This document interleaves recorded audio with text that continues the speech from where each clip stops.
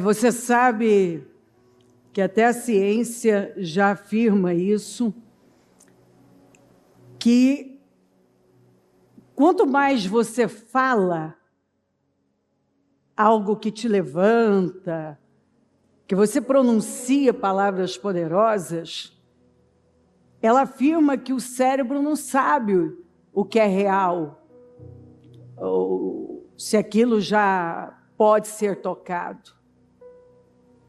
Então, aquilo vai gerando uma mudança na sua vida de tal maneira que o seu comportamento e os seus resultados se assemelham àquilo cada vez mais. E aí eu fico impressionada porque isso é Bíblia. A primeira vez que a palavra aparece na Bíblia não é para comunicar, é para criar.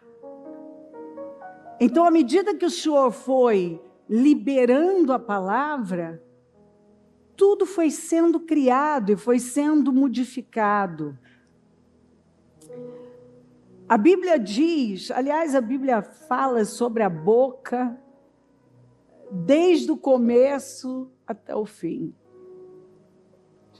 A boca fala do que está cheio o coração, por tuas palavras serás justificado, por elas condenado. Imagina que a nossa boca tem um poder de nos justificar e nos condenar.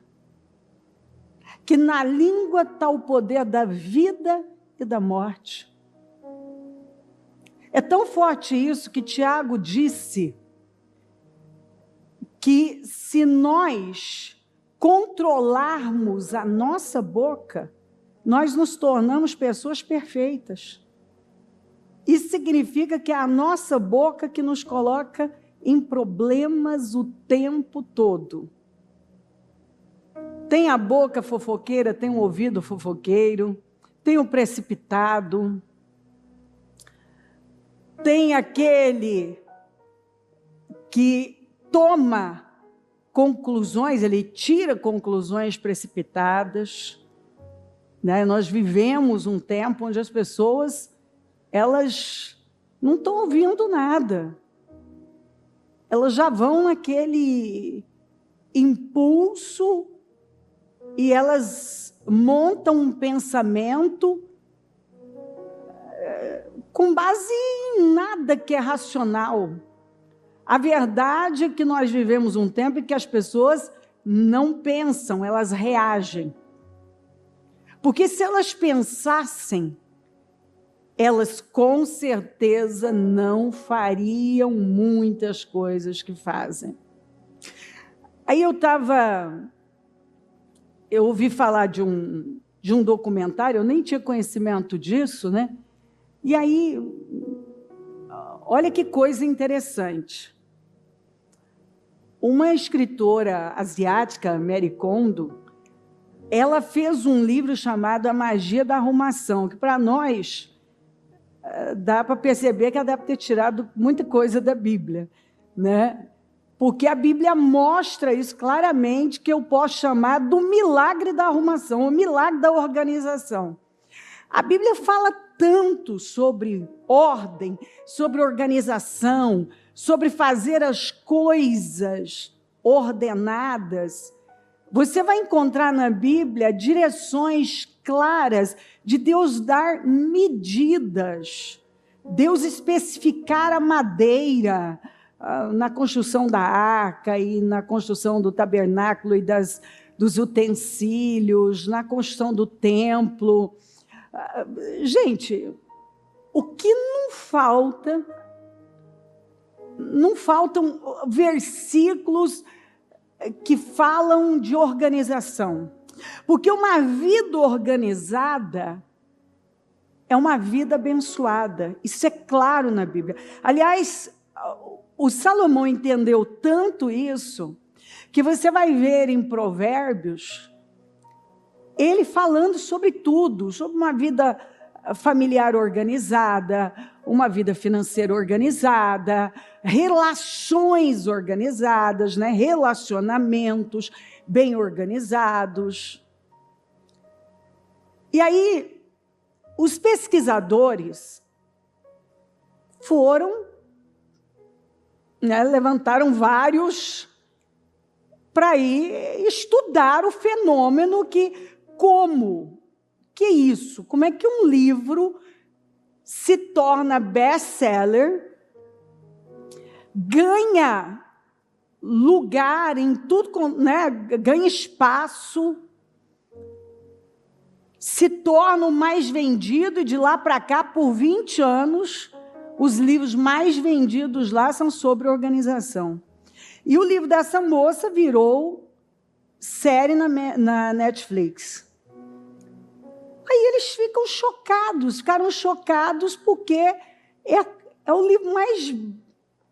se você for olhar meio que à distância, assim, o que essa mulher ensina a arrumar gavetas, dobrar camisas,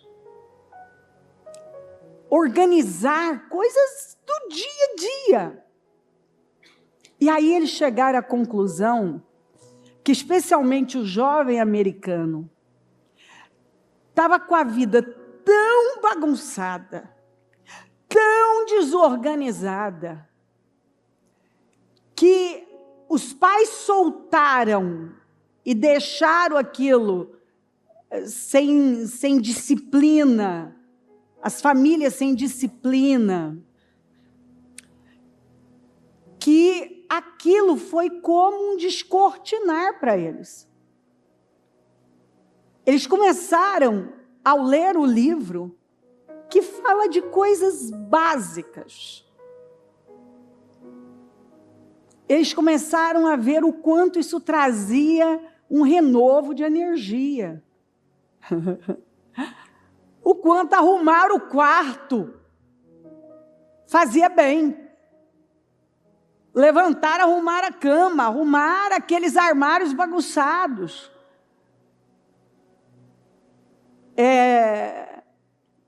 Se desfazer de um monte de coisas e parar de ser um acumulador, roupas que não usam mais, sapatos, objetos,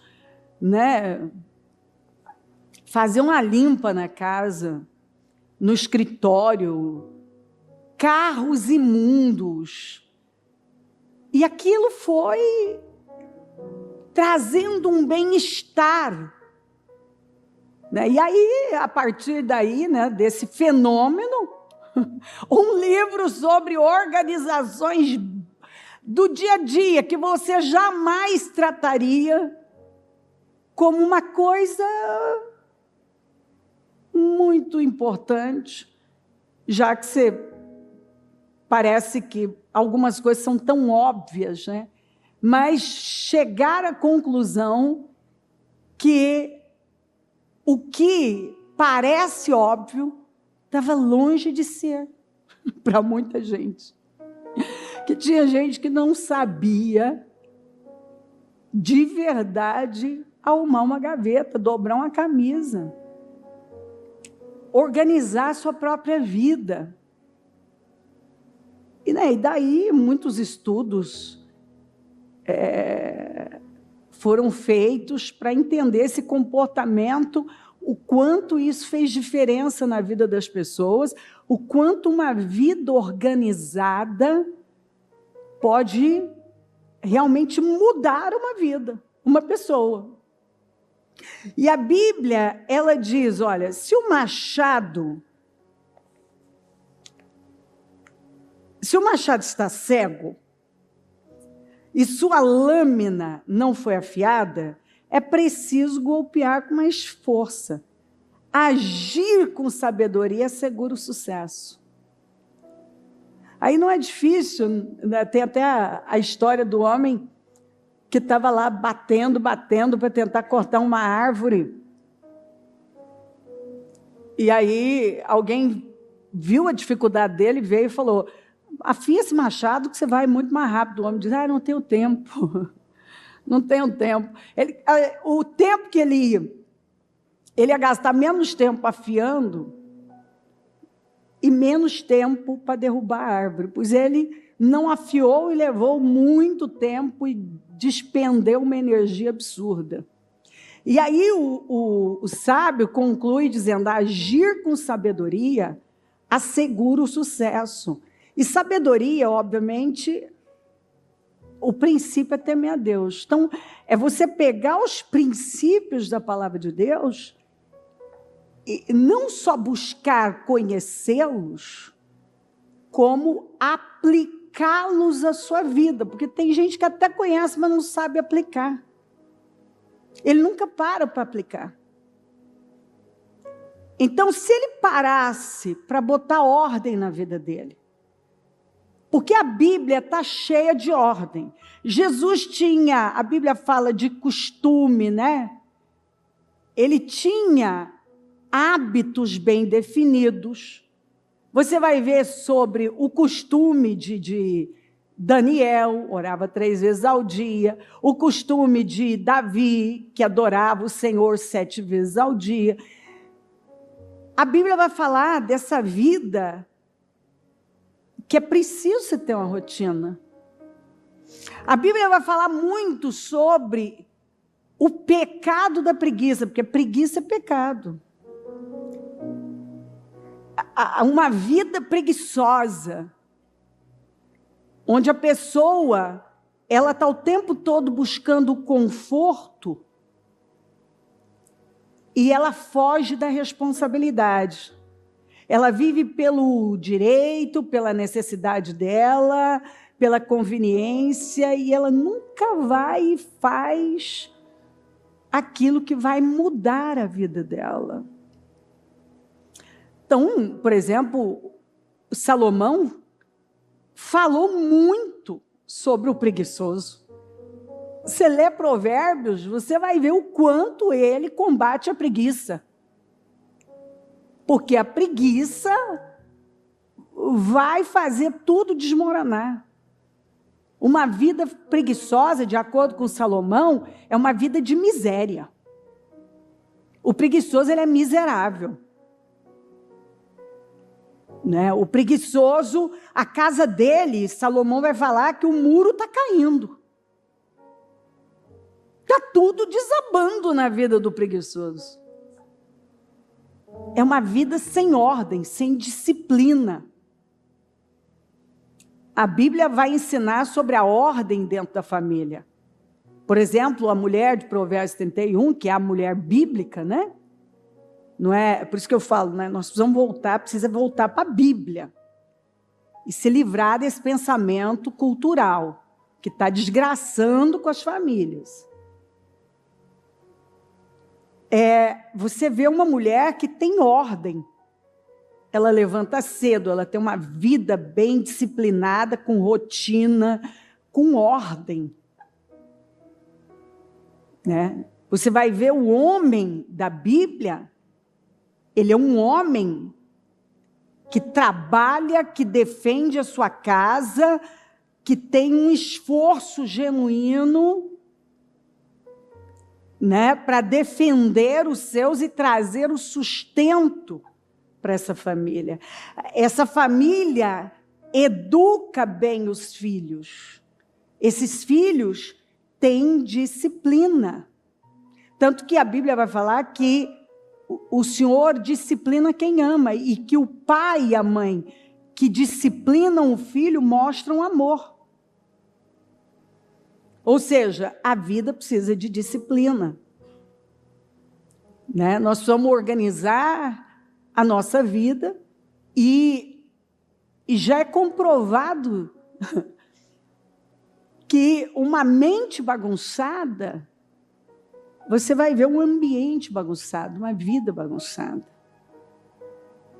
Então, se você não organiza a sua mente, o seu homem interior, você vai viver uma vida perdida, sem norte. É preciso parar e organizar a vida. A Bíblia, ainda em Eclesiastes diz assim, lembre-se, quanto mais pesado for o machado, mais difícil o trabalho. Use a cabeça. Quanto mais cérebro, menos esforço. Gosto muito da mensagem. Aí, ó o que Paulo fala em Efésios: tenham cuidado com a maneira como vocês vivem, que não seja como insensatos, né, como tolos, mas como sábios, aproveitando ao máximo a Bíblia não exagera, cada oportunidade, porque os dias são maus. O tempo está passando.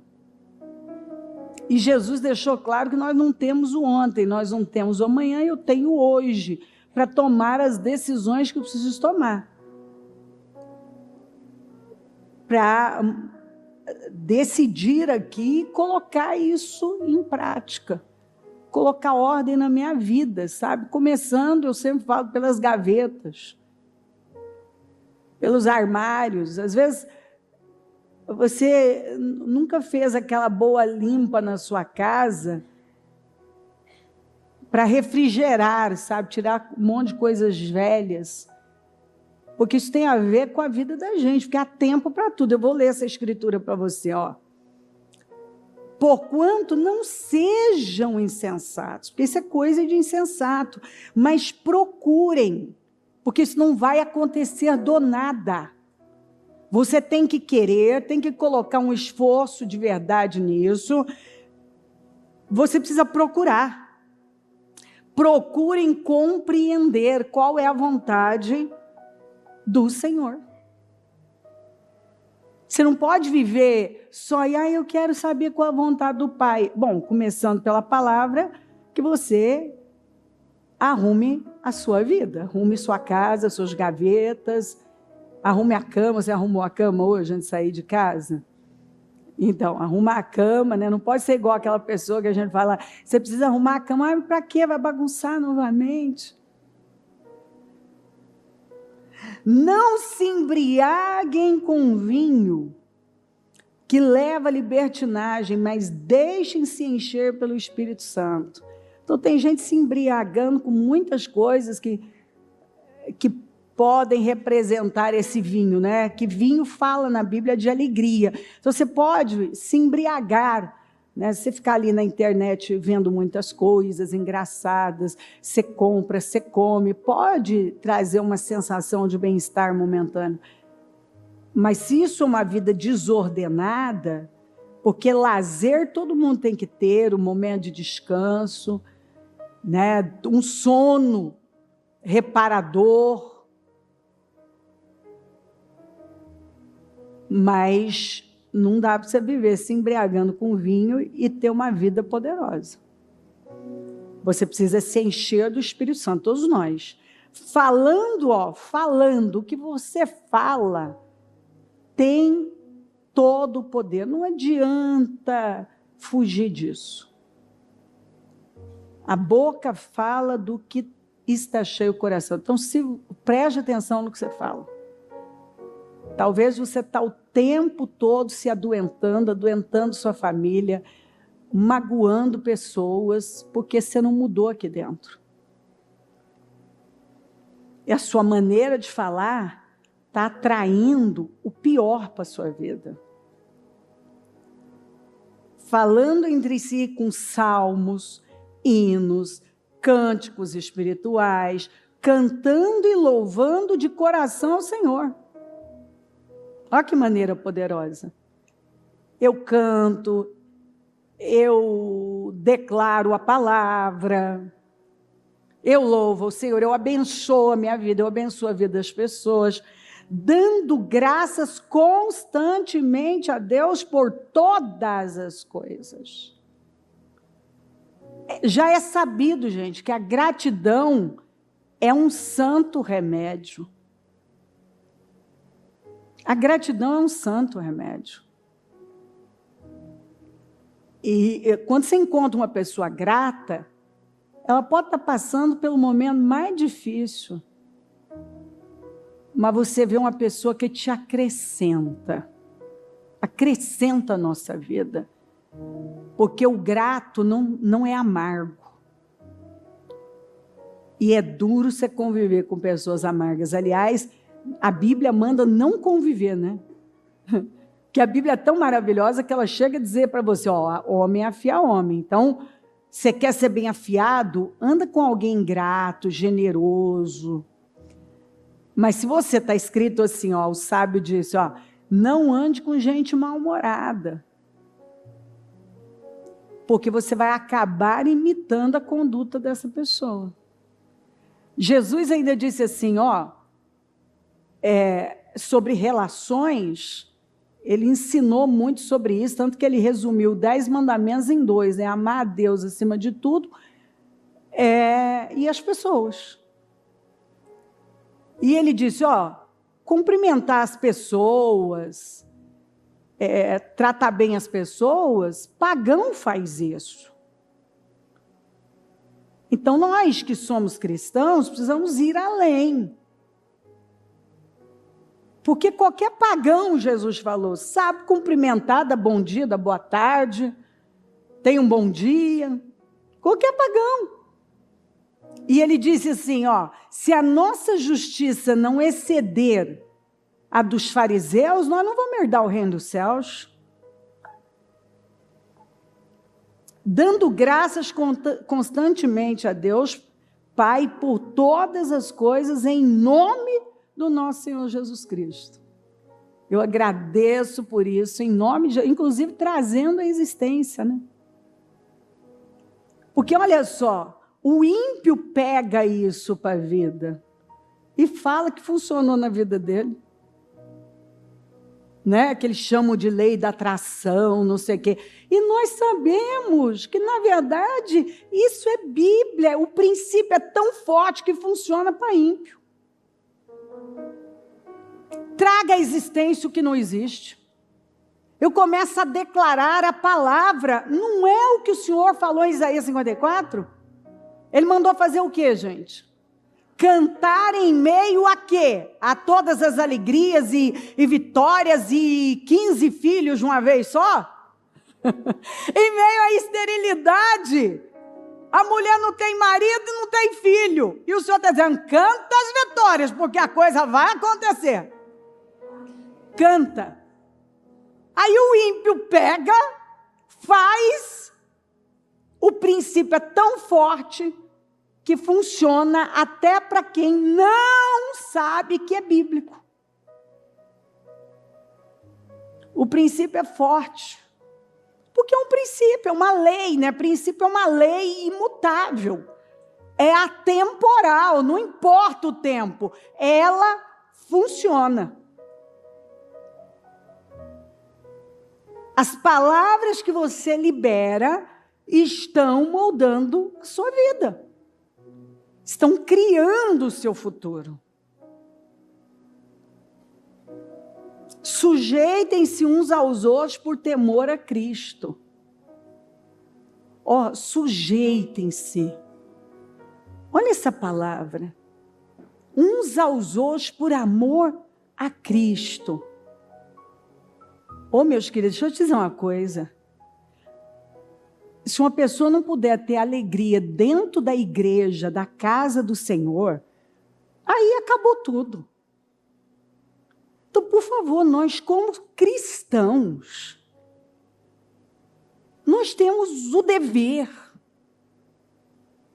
de deixar as pessoas serem elas e vivermos num modo perdoador. Para mim é muito duro quando eu vejo, eu sofro com isso, vou te falar de verdade. Quando eu vejo um implicando com o outro, magoando o coração do um, magoando o coração do outro, eu falo, mas para que isso, gente? Para que isso? Quantas reuniões internas eu fiz e deixei bem claro. Se você usa as pessoas, se você magoa as pessoas, você não serve para ser pastor, você não serve para ser pastora, você não serve para ser obreiro. Porque você está num nível mais elevado. Você está num nível mais elevado. O que faz de você uma pessoa com uma autoridade, onde você agora, você tem uma autoridade, você tem um lugar e você tem uma responsabilidade maior. Sim, nós lidamos com as pessoas, nós vamos ter que lidar com elas, muitas vezes corrigi-las, e o sábio, ele ama a correção, porque ele sabe que o Senhor ama, ele corrige quem ele ama. E a gente só vai lidar com alguém que realmente importa para a gente. Porque se não importa, deixa, ele quer viver a vida dele assim, então vai. Né? Agora, uma pessoa está começando na fé, ela tem um tempo, igual um bebezinho, você não pode exigir de um bebê o que você já exige de uma criança de 10 anos. A igreja é um lugar de paz, é um lugar de alegria, é um lugar de comunhão. É um lugar de comunhão, é um lugar de alegria, é um lugar de adoração, de você se realmente recuperar as forças, as energias, para seguir e realizar coisas grandes lá, levar. É onde você dá lugar à formação de Cristo, e você leva Cristo. Escuta, por fim, a Bíblia deixa isso muito claro, que as relações, muitas pessoas, elas estão com a vida travada, porque elas são péssimas em relacionamentos. E o tempo atual está proporcionando isso, é uma cultura, né? Onde as pessoas, elas querem até amigos virtuais, mas elas não querem, tanto que muitos não querem mais congregar, porque não querem lidar com o irmão. E isso na Bíblia é pecado, faça você seu próprio estudo. Isso é uma desordem, isso é um problema que precisa, é uma doença, que precisa de cura. Porque quando alguém incomodar você, isso diz mais sobre você do que sobre essa pessoa. Gente, isso é ciência já. É Bíblia e a ciência já comprovou isso. Quando você se incomoda muito com uma pessoa, você tem que parar com inteligência e pedir ao Espírito Santo: Senhor, me mostra. O que é que eu estou rejeitando em mim? Porque você está rejeitando algo em você.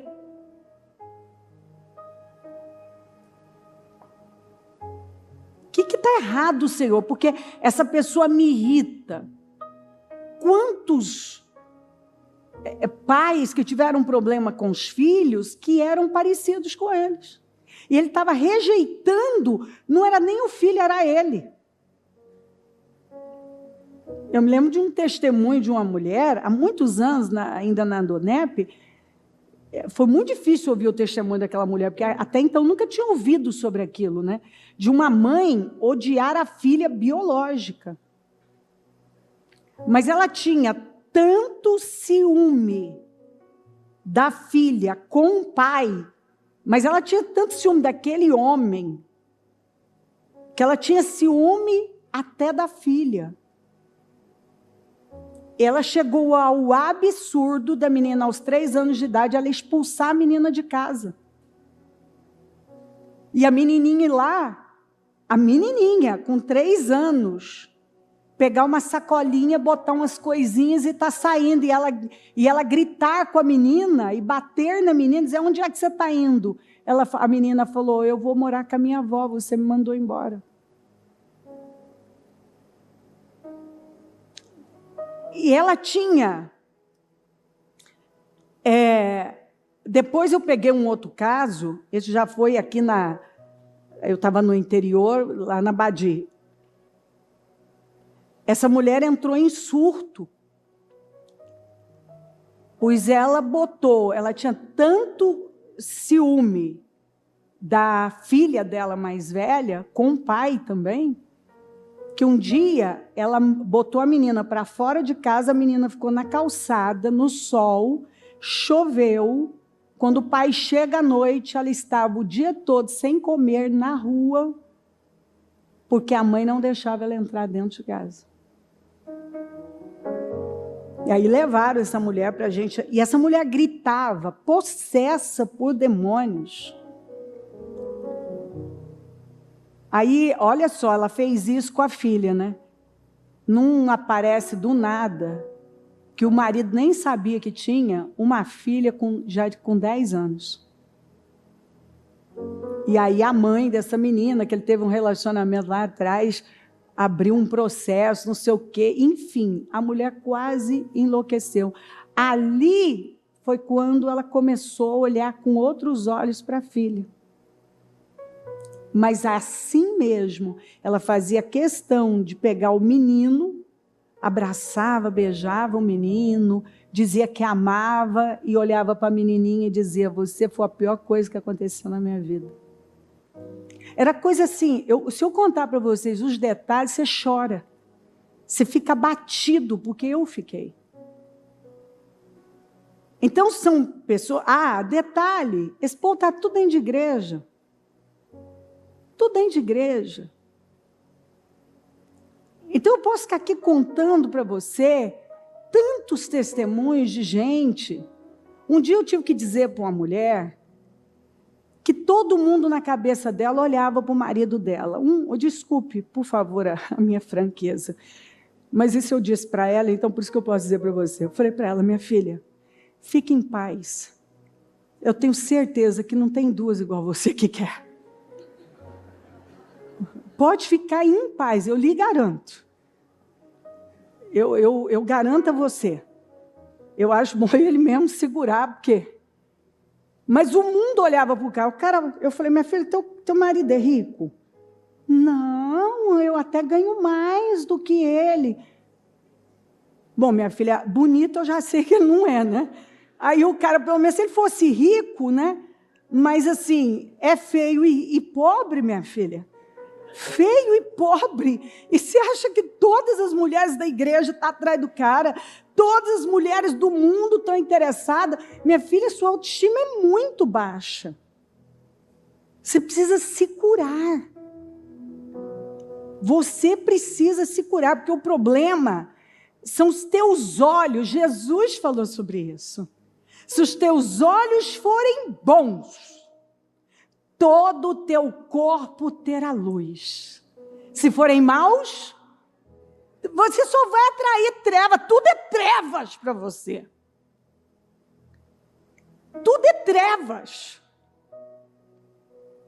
Mas a Bíblia diz que para o puro, todas as coisas são puras. Para o impuro, tudo é impuro. Isso é uma desordem. Uma desordem. E que faz, às vezes, as pessoas ficarem assim, cegas. Elas não estão vendo que elas estão com... Isso é uma patologia já. Isso é uma doença. É uma doença. Ela precisa, assim, se já expulsou e não resolveu, então vai ver outro meio, minha filha, porque aí o problema já está num nível assim. Isso é sério. Porque tem gente, eu já tive gente que não aproveitava o culto, ele estava o tempo inteiro olhando para os outros, essa mulher mesmo vigiando o marido e vigiando as pessoas. Isso é vida, minha filha. Meu filho, pelo amor de Jesus, isso é um inferno. Eu não consigo imaginar uma vida dessa. Você imagina você viver sobressaltado, vigiando uma pessoa, vigiando o celular, atento, quem está olhando, quem está isso, quem aquilo. Pelo amor de Jesus! Isso é uma escravidão. Isso é uma vida horrível. Horrível. E o pior é que a pessoa, ela não vê. que aquilo é um problema dela, é uma coisa da cabeça dela. Ela vai enxergar problema onde não existe, isso é uma desordem. E aí, se você for para a vida dessa pessoa, e a vida dela está em desordem, esse relacionamento é um relacionamento desordenado. É um relacionamento que escraviza. É só escravidão, isso é uma escravidão. Porque a coisa mais, né, essa vida simples, essa vida leve. Jesus mandou a gente viver uma vida leve, simples. Ele mandou olhar para os pássaros, olhar para as flores, contemplação. A Bíblia fala muito da contemplação. Né, de você não levar essa vida pesada, cobradora. Há tempo para tudo, ó. Para tudo há uma ocasião certa. Há tempo certo para cada propósito debaixo do céu. Tempo de nascer, tempo de morrer. Nós temos que saber. Hoje, por exemplo, vai nascer muitas crianças no mundo, mas vai morrer também muitas pessoas, que o ciclo já encerrou. Inicia-se um novo ciclo e termina. E assim é para tudo na vida, viu? Tem tempo de nascer um projeto, tem tempo de mudanças, de algumas coisas morrerem ali. Porque a vida é toda vida. Ó, a Bíblia fala de ciclos de 7 anos. A Bíblia fala do jubileu, por exemplo, que é um tempo de 50 anos que tudo muda, tudo vira. É visível que a cada 7 anos as coisas mudam na nossa vida. A gente vê que isso é cíclico mesmo, é um negócio, são 7 anos. Isso é Bíblia. Você vê que tem coisas que precisam realmente encerrar e outras nascerem. Você pode ver que às vezes você percebe que naquele tempo tal, assim, algo mudou. Uma pessoa morreu, uma parte de você, algo morreu e surgiu uma pessoa diferente. Sua rotina muda, você muda coisas. Tempo de plantar e tempo de arrancar o que você plantou. A gente tem que saber qual é o nosso tempo. É tempo de plantar? Vamos botar força nisso, vamos plantar. Plantar. Saber o que é grão, o que é semente. Sermos pessoas generosas. Você conhece a história dos 2 compadres? Aí dava os 2 compadres conversando e um disse assim: compadre, se você tivesse 3 fazendas, você me dava? Ele, mas que conversa é essa, compadre? Ele falou: não, só para conversar, né? Mas nós estamos aqui conversando, né? Ah, se eu tivesse 3 fazendas, eu te dava. E se você tivesse 3 carros? Ah, dava também. Mas se você tivesse 3 mulheres? Aí ele disse: aqui, agora você apertou, mas... Não, mas se tivesse, dava ou não dava? Ah, tá bom, tem 3 mesmo, eu dava uma para você. Aí ele falou assim: se você tivesse 3 cavalos, 3 cavalos não dava não. Cavalo não dava não, por quê? Porque os 3 eu tenho. Entendeu? Quer dizer, eu dou o que eu não tenho. Então isso não é generosidade. Se eu não tenho, eu dou. Mas se eu tenho, não, os cavalos não dão não. Cavalo não, cavalo não.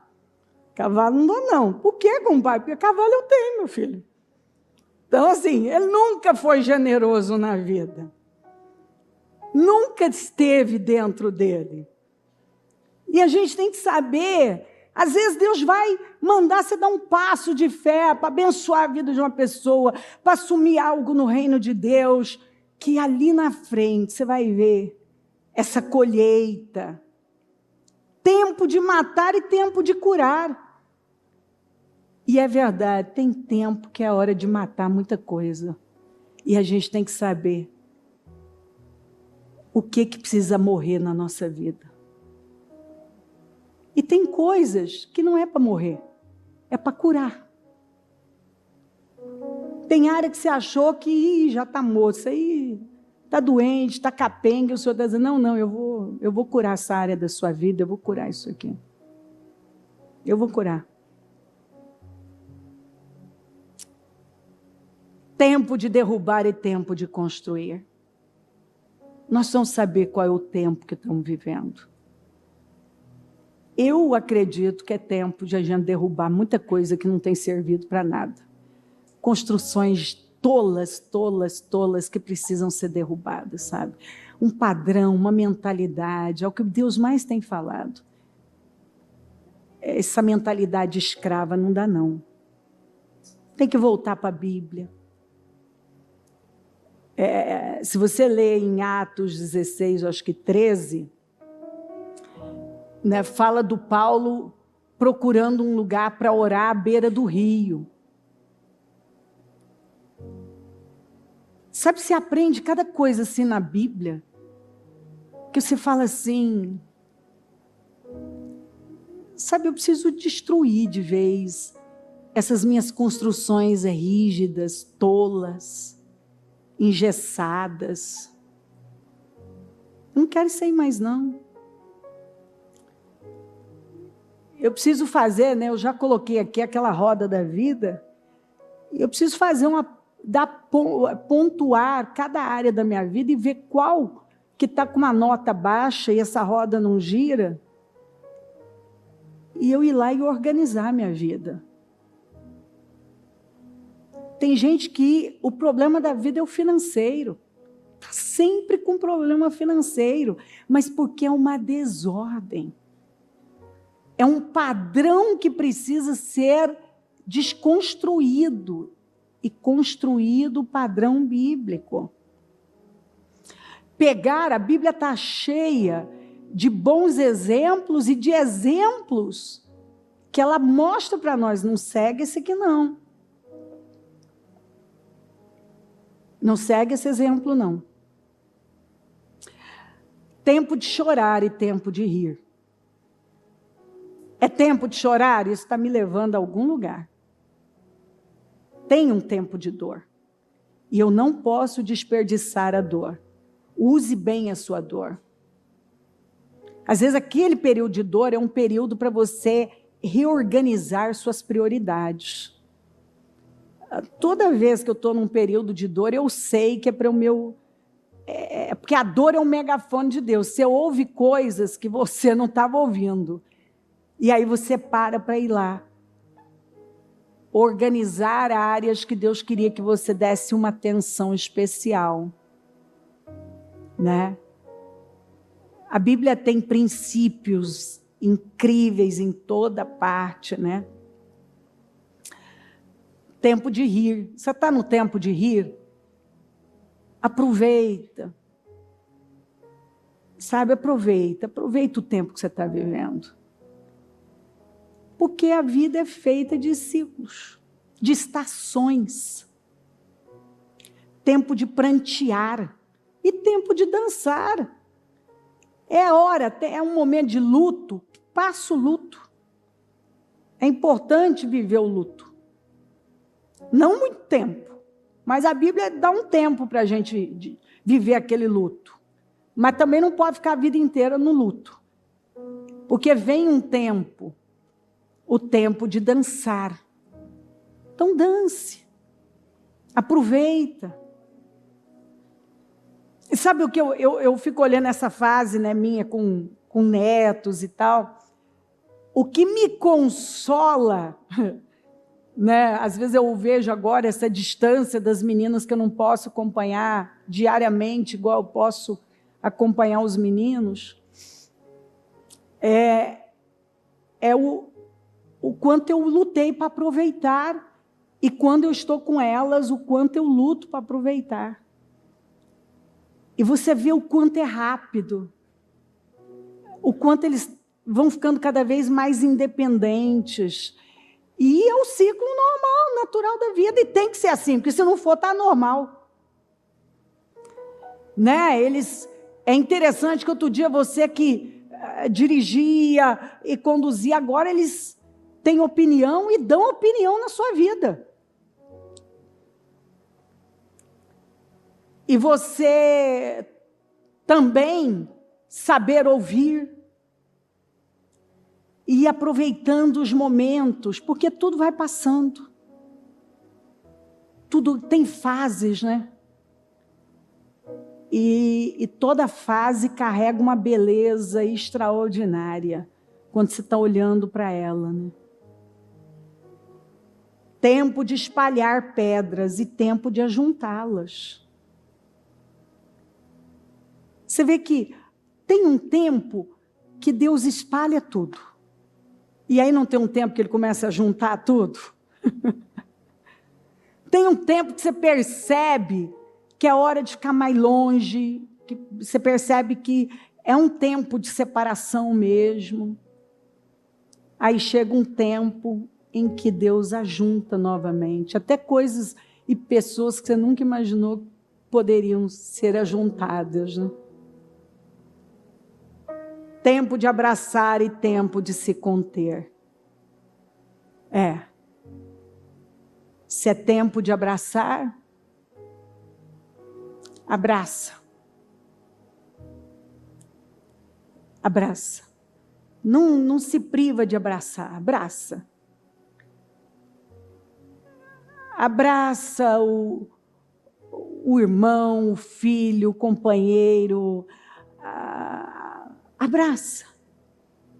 Porque vem um tempo de conter, tem um tempo de distância. É Bíblia, gente. E nós precisamos aprender a entender os tempos. Qual o tempo que eu estou vivendo? E saber que muda. Os tempos mudam, né? Tempo de procurar e tempo de desistir. Olha que coisa interessante. A Bíblia diz que tem um tempo que é para a gente procurar. Mas também chega um tempo que Deus diz, encerrei com isso aqui. Eu não tenho isso aqui com você. Sabe, eu tenho falado muito sobre descobrir as mentiras mais sinceras. Porque nós podemos estar sinceramente errados. Sinceramente errados. E nós não podemos ser fiéis, nós não podemos virar adoradores da nossa sinceridade. Nós somos fiéis a Cristo, a verdade de Cristo. Tem gente que diz assim, não, mas eu sou sincero, meu coração é sincero, e pode estar sinceramente errado. Por isso que conhecereis a verdade, e ela te libertará. Conhecereis a verdade, e ela te libertará. A gente pensa que por nós sermos cristãos, nós somos as pessoas, então, mais crédulas do mundo. Muito pelo contrário. Nós somos as mais céticas. Porque, se nós cremos na verdade, nós não somos igual o ímpio, que acredita em qualquer notícia, qualquer mentira, em qualquer movimento que está aí.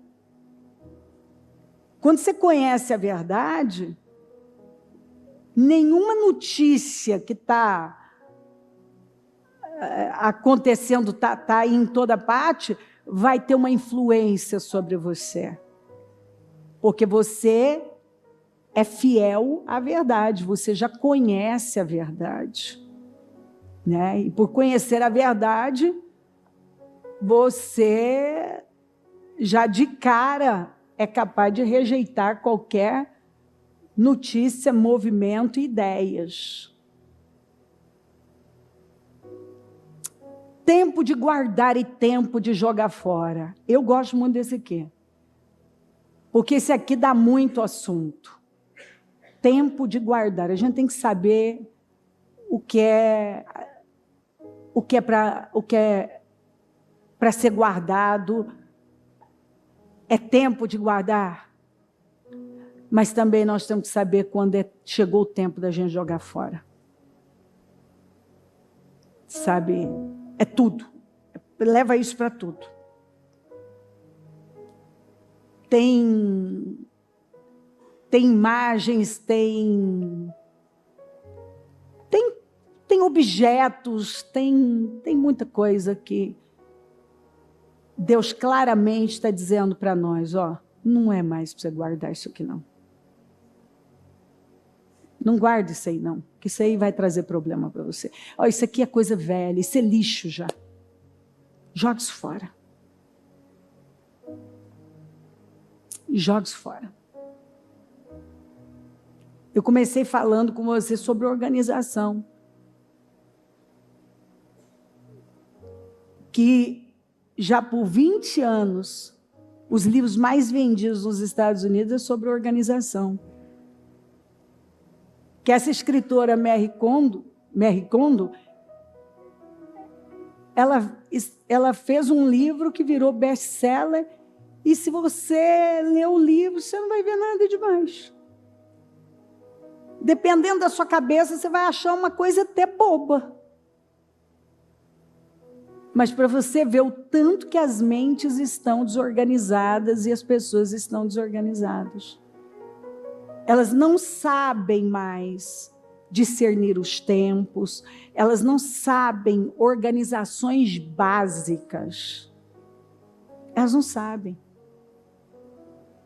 Porque os próprios pais não estão ensinando o básico para os filhos.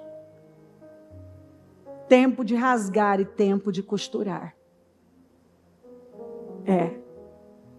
Tem tempo que é para rasgar coisas mesmo. Eu rasgo isso da minha vida. Mas chega um tempo que Deus manda costurar. E parece confuso, né? Mas não. A vida é feita assim. Você não vê que o Jacó e o Esaú ficaram separados 20 anos. Aí quando eles se encontram, eles se alinham ali, você vê uma cena de reencontro, de perdão, mas o Esaú quer que o Jacó vá com ele e diz, eu vou acompanhar você, e o Jacó deixa claro, não, eu tenho que ir agora no passo das crianças. Eu não quero forçar os animais, forçar as crianças. Eu vou no passo das crianças. Não dá para te acompanhar. Primeiro que ele sabia que aquele não era para ele estar com Esaú. Aquilo era uma reconciliação, mas não para viver à mesa. Para eles estarem no mesmo lugar. Eles tinham destinos diferentes, nações diferentes. E ali ele usa essa expressão, não, eu vou no passo das crianças. Porque há momento na vida que tudo que você tem que fazer é desacelerar e ir no passo das crianças. Você acha que tudo correndo, atropelando é que é o caminho. E o Senhor muitas vezes está dizendo, é hora de você ir no passo das crianças. Tempo de calar e tempo de falar. Tem tempo que claramente Deus diz, não é hora de você falar. Não é hora de você mexer nisso, não é hora de você confrontar, não é hora de você lidar com isso. Aí chega o tempo que Deus diz, agora é hora de você falar. Agora é hora de confronto. Agora é hora de lidar com isso. Incrível! E o Espírito Santo dirige a gente em tudo. Tempo de amar e tempo de odiar. Há aquele tempo que parece que assim, está tudo fluindo, né? Em amor maravilhosamente. De repente, vem uma situação que você muitas vezes nem entende. Mas aí você pode abrir isso para muita coisa. Nos relacionamentos, isso pode acontecer, né? Acabei de dar um exemplo. Por tanto tempo, Esaú odiou Jacó. Mas ali, aquilo foi quebrado, né? Mas tem tempo para tudo. Tem tempo que você ama algumas coisas, né? Que você gosta daquilo e tal. E chega aquele tempo que Deus mostra para você, não, encerrei com isso. E que agora, quando você lembra, você já nem quer lembrar. Você nem gosta mais de lembrar. Tenho certeza que todo mundo aqui tem pelo menos um momento da vida que você não gosta de lembrar, de algum relacionamento que você não gosta de lembrar, de um tempo que você nem gosta de lembrar. Nossa, você olha e pensa assim, meu Deus, como que eu já gostei disso aqui? Como é que eu já gostei disso aqui? Tempo de lutar e tempo de viver em paz. Tem tempo para tudo. Tem um tempo em que você está bem esticado. É um negócio atrás do outro. Mas vem um tempo que todas as suas fronteiras estão em paz. Põe ordem na sua vida. A moça chamou o livro dela de A Magia da Arrumação. E eu chamo do milagre da organização. O que a Bíblia nos ensina sobre ordem é um milagre. É lindo o que você vê acontecer na vida das pessoas quando elas começam a botar ordem, começando pela mente delas. E elas vão botando... Eu vivo de um monte de testemunhos, né? Gente que mudou coisas básicas que eu poderia contar para você. Essas coisas de pintar a parede da casa, colocar, às vezes, não pôde trocar o sofá, botou uma capa nova no sofá, sabe? Melhorou a mesa, arrumou as gavetas, limpou a casa. Gente que mudou coisas assim tão básicas e que contam quanto viram mudanças na vida. Gente que parou de cobrar, gente que buscou libertação para aquela tensão, aquela opressão, oprimia todo mundo. Ei, o filho da escrava persegue o filho da livre. O filho da escrava representa aquele legalista, aquele cobrador. É horrível viver com alguém que vive cobrando e com um olhar malicioso. Eu não aguento. Eu não aguento. Né? Minha vida já é cercada de desafios, imagina. Se eu vou aceitar aquela cobrança, aquele peso, não, já digo de cara, não. Cada um escolhe como vai viver a sua vida. E eu já tenho vários desafios no dia a dia para tolerar o que eu não tenho que tolerar. Porque a gente tem o que tolera. Pega essa palavra, porque se você se aprofundar buscando discernimento do Espírito e começar por coisas básicas, sabe? Você vai ver resultados incríveis. Porque o que a gente está precisando é botar ordem na nossa vida, começando pela nossa mente, mudar a nossa forma de olhar. Porque se você está com uma cabeça desordenada, você vai ter tudo desordenado. Sua vida profissional, financeira, seus relacionamentos, isso aí está errado. Coloca ordem na sua vida, com a mão no seu coração. Espírito Santo, nesta manhã maravilhosa, A minha oração é para que a palavra tenha realmente possuído as mentes, os corações, vestido cada um, começando por mim, como um manto, porque a tua palavra fala, né, de nos revestirmos dela, né, que é um vestir dela. Também, Senhor, sabor está relacionado a saber. É muito interessante a etimologia dessa palavra. E é verdade, a gente prova a palavra, a gente pode degustá-la, né? O profeta comeu a palavra e ela tinha gosto de mel.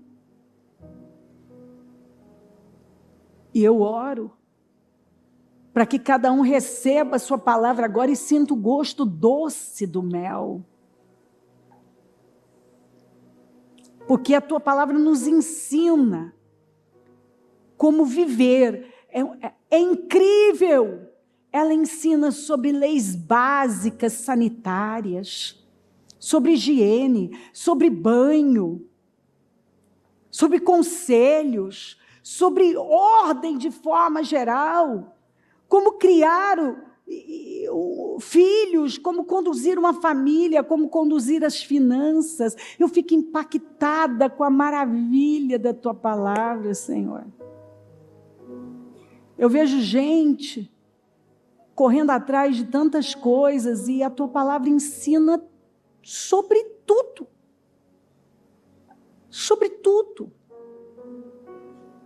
Sobre cada tempo, cada momento, como ser um homem, como ser uma mulher, como criar os filhos, como agir, ser um filho e lidar com os pais, como conduzir uma casa, que tipo de família. O Salmo 28 fala desse homem abençoado, que tem à mesa a sua mulher e os seus filhos ao redor. O Salmo 127 fala que é em vão trabalhar na construção sem o Senhor, a sentinela vai ser em vão sem o Senhor, que é em vão levantar cedo, dormir tarde, comer pão de dores. Se não for o Senhor, o abençoador, nós vamos nos frustrar e nos cansar, porque aos seus, ai que escritura, aos seus, o Senhor dá enquanto dormem. Ou seja, está falando de uma vida equilibrada. Tua palavra falou, é hora de dormir, é hora de ir para a mesa, tomar refeições, é hora de ir para a mesa, é hora de trabalhar, é hora de trabalhar. A tua palavra fala da hora da meditação, tem que ter um momento de meditação, de ir para o quarto, de ler a palavra, de cantar, de adorar. Tua palavra fala de uma mente ligada no céu o tempo todo. A tua palavra nos ensina a viver totalmente fora dessa cultura maluca, que distorce tudo, que desequilibra tudo. Oh, meu Pai, eu oro para que cada um entenda que se nós não tivermos um propósito de verdade, nós vamos perder a nossa vida, porque é o que o Senhor tem falado tanto. A cura para qualquer ansiedade é uma dor genuína. E algumas pessoas, se elas não correrem e se envolverem depressa num propósito genuíno, que vai trazer uma dor genuína, elas vão perder o destino delas. E algumas pessoas estão fugindo das responsabilidades, fugindo de relacionamentos, fugindo de construir uma família, Senhor. Porque a cultura tem ensinado as pessoas a fugirem de responsabilidades. Com isso, muitos não querem casar, não querem ter filhos. E é tudo que muitos precisam. É cuidar de algo genuíno. É voltar para a Bíblia.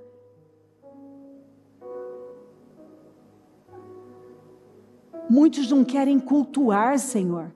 Eu olho para um domingo como esse, fico imaginando até quando algumas pessoas vão viver assim,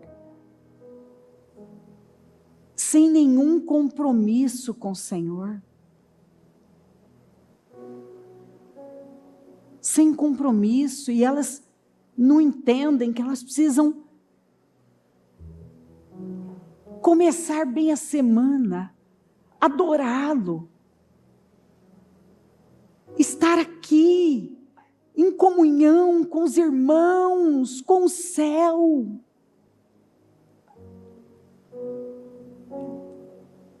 Tem tempo para tudo, o nosso dia, ele tem que ser dividido de forma equilibrada. E o Senhor nos ensina a viver uma vida equilibrada. Não uma vida desordenada. E alguns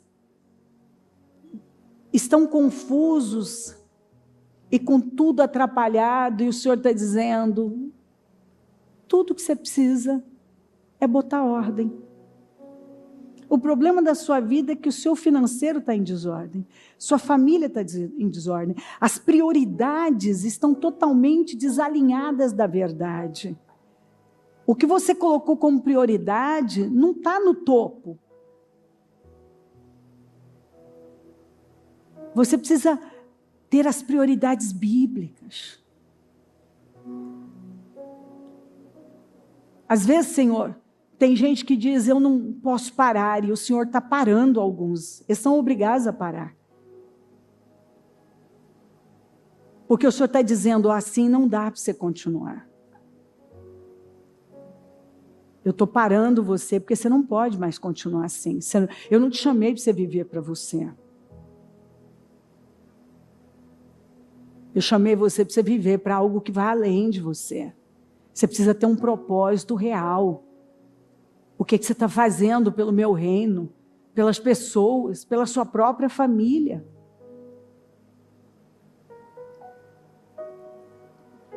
Senhor, nós precisamos parar. Alguns precisam ir no passo das crianças e colocando as coisas em perspectiva, na perspectiva do reino. Fala, Senhor. Porque cada um tem um contexto e eu sei que a palavra se aplica a cada um que está aqui.